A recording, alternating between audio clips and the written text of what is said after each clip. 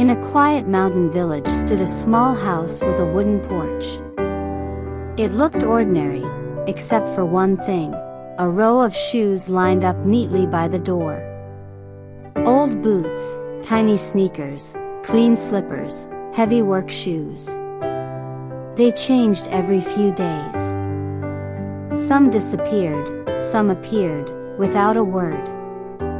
No one really knew who lived inside. Some guessed it was a cobbler.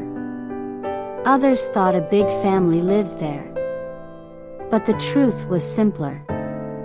Inside lived Maya, a retired social worker. Years ago, she had helped people find shelter, rebuild lives, and feel seen. After moving to the village, she noticed something familiar: children walking barefoot, elders in worn-out shoes. Quietly, Maya began collecting used shoes, cleaning and repairing them, then leaving them outside. She left no signs. Just the shoes, and hoped that someone would take what they needed. People did. And slowly, the village noticed. One day, someone left a thank you note in a shoebox. Another person returned with warm socks. A teenager, years later, came back to leave a pair of shoes that no longer fit him. Soon, others joined. Coats, gloves, scarves began appearing on the porch. Giving became contagious. Maya never asked for recognition. But she smiled each morning as she looked at the line of shoes by the door, proof that small, silent kindness can echo through an entire village.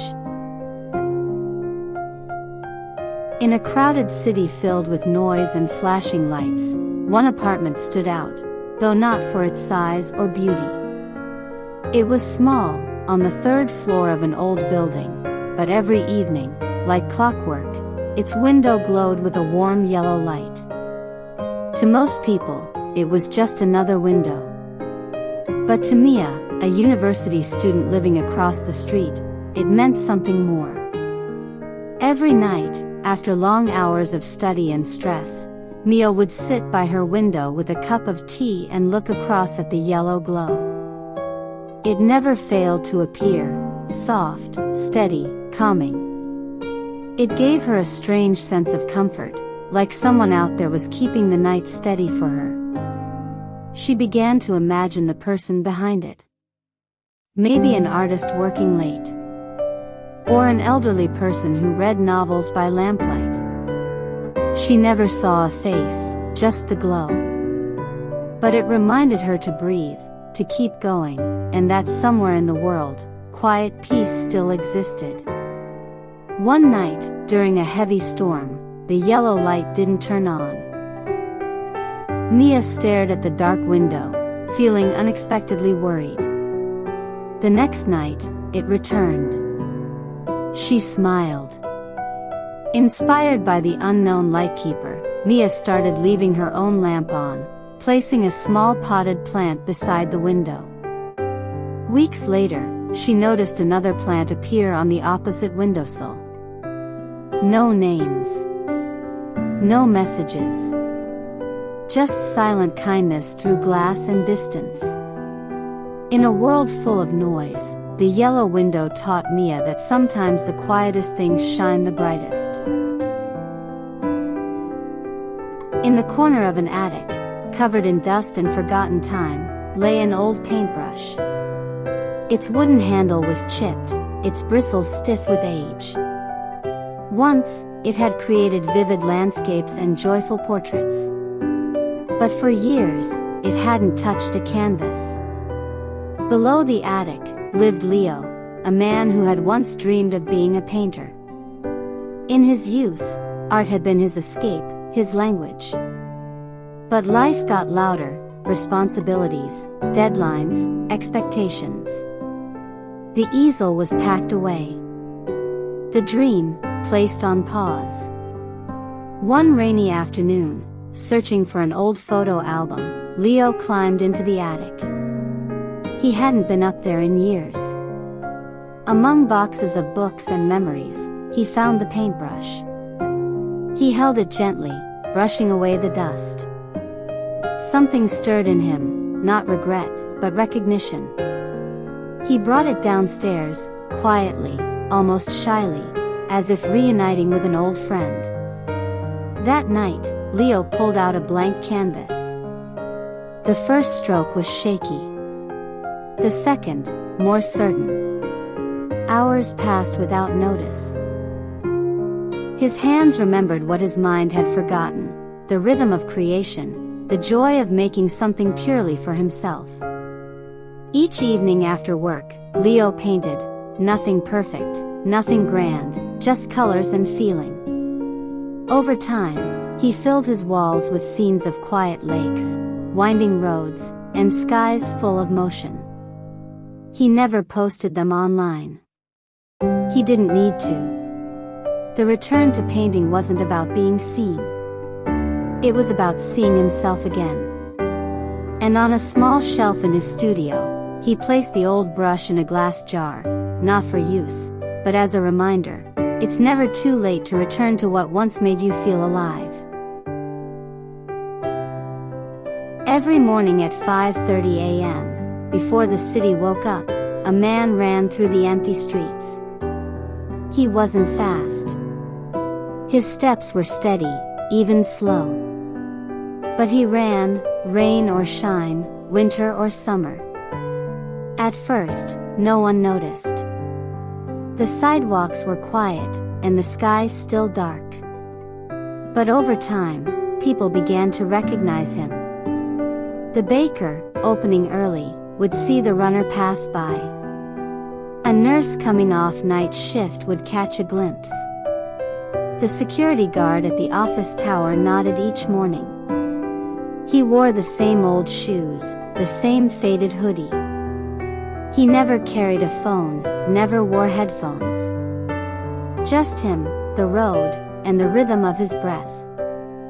No one knew why he ran. He didn't train for races.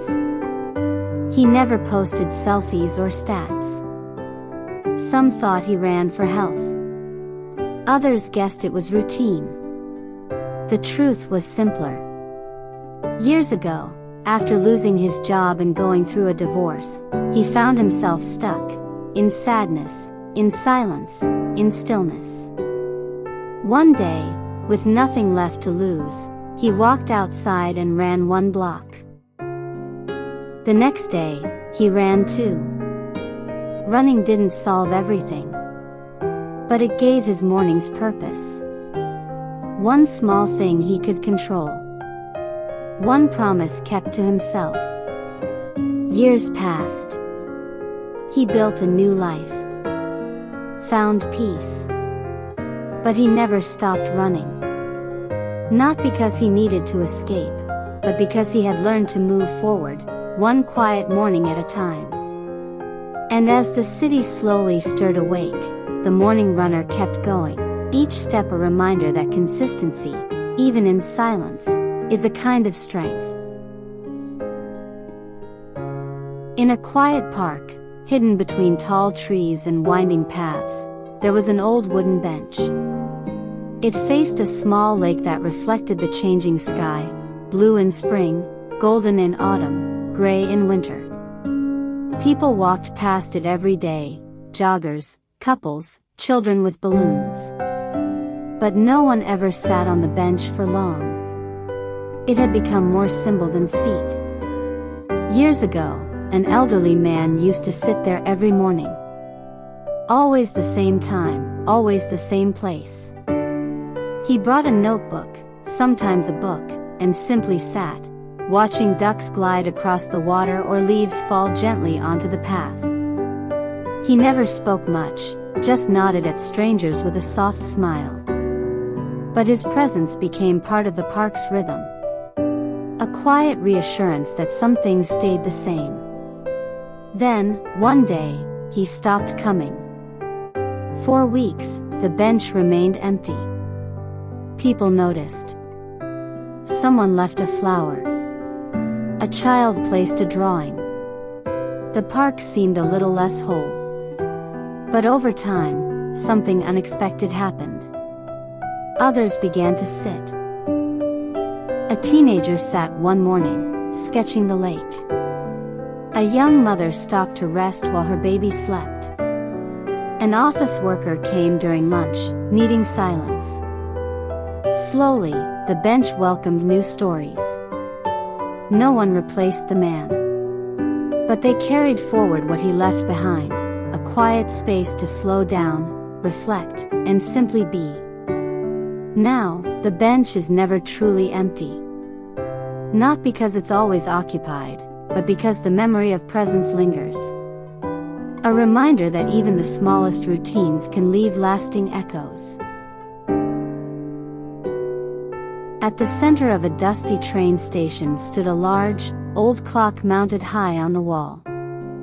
It had stopped ticking years ago. The minute hand rested stubbornly at 6:42, unmoving through time. People passed beneath it every day, rushing, waiting, checking their phones. No one relied on the broken clock.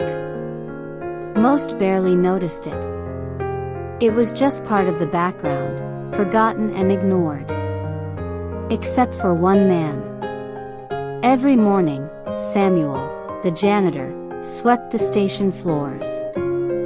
He always paused beneath the clock for a few seconds. He never tried to fix it.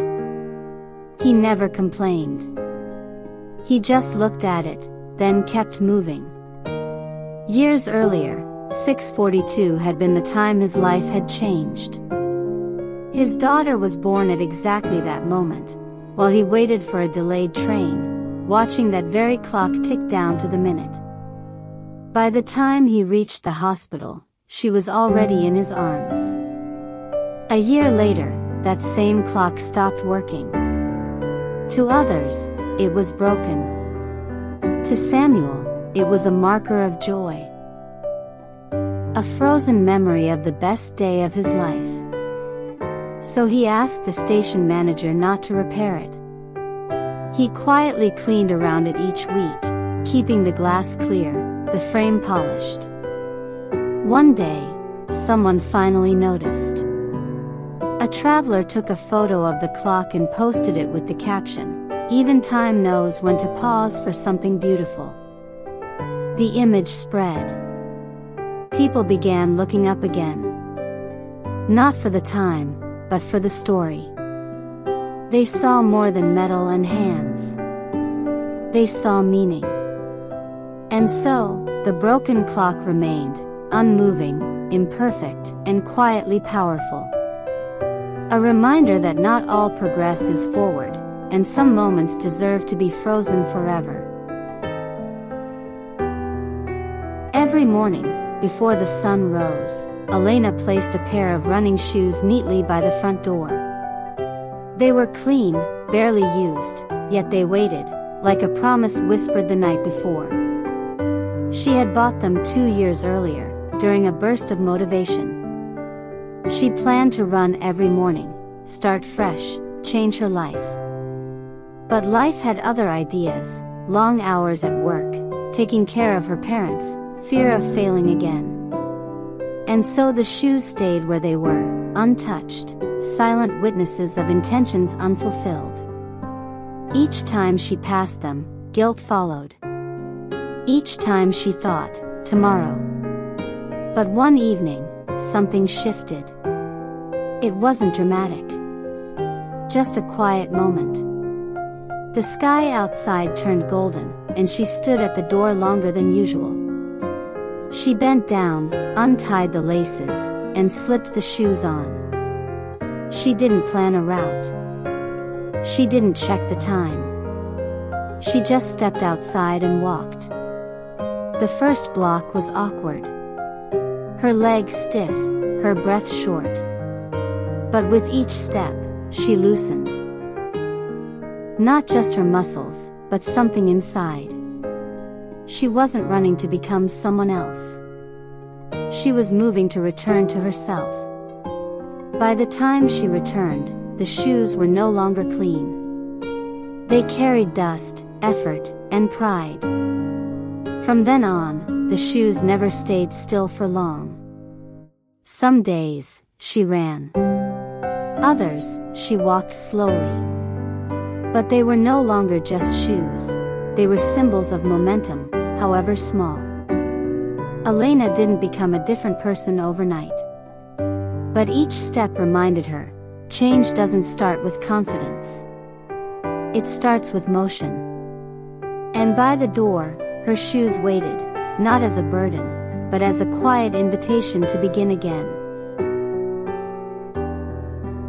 At the bottom of an old wallet, tucked between faded receipts and expired coupons, lay a worn-out library card. The plastic was scratched, the barcode barely visible, but the name printed on it, Maya Thompson, remained clear. Maya hadn't stepped into a library in years. Her life had become a blur of meetings, traffic, scrolling, and noise. But one rainy Saturday, while cleaning out her drawers, she found the card again. It took her back to a different time, when she was 10, curious and quiet, escaping into books to feel brave and alive. The library had been her sanctuary, her window to other worlds. That small card had felt like a passport. Without thinking much, she slipped the card into her coat pocket and walked to the old library across town. The building hadn't changed much. The same wooden tables. The same smell of paper and dust. Even the old librarian, now with grayer hair, still sat at the front desk. Maya wandered between the shelves, running her fingers across spines like greeting old friends. She found a worn copy of the first book she'd ever borrowed. She sat in the corner and began to read, not for knowledge, not for work, but for the simple joy of it. Hours passed without her noticing. When she left, she carried 3 books and a quiet sense of wholeness.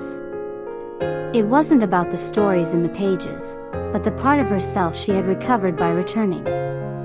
The library card, once forgotten, now lived again, this time not at the bottom of a wallet, but in the rhythm of her week. It reminded her that sometimes, reconnecting with who you were is the first step toward remembering who you're meant to be.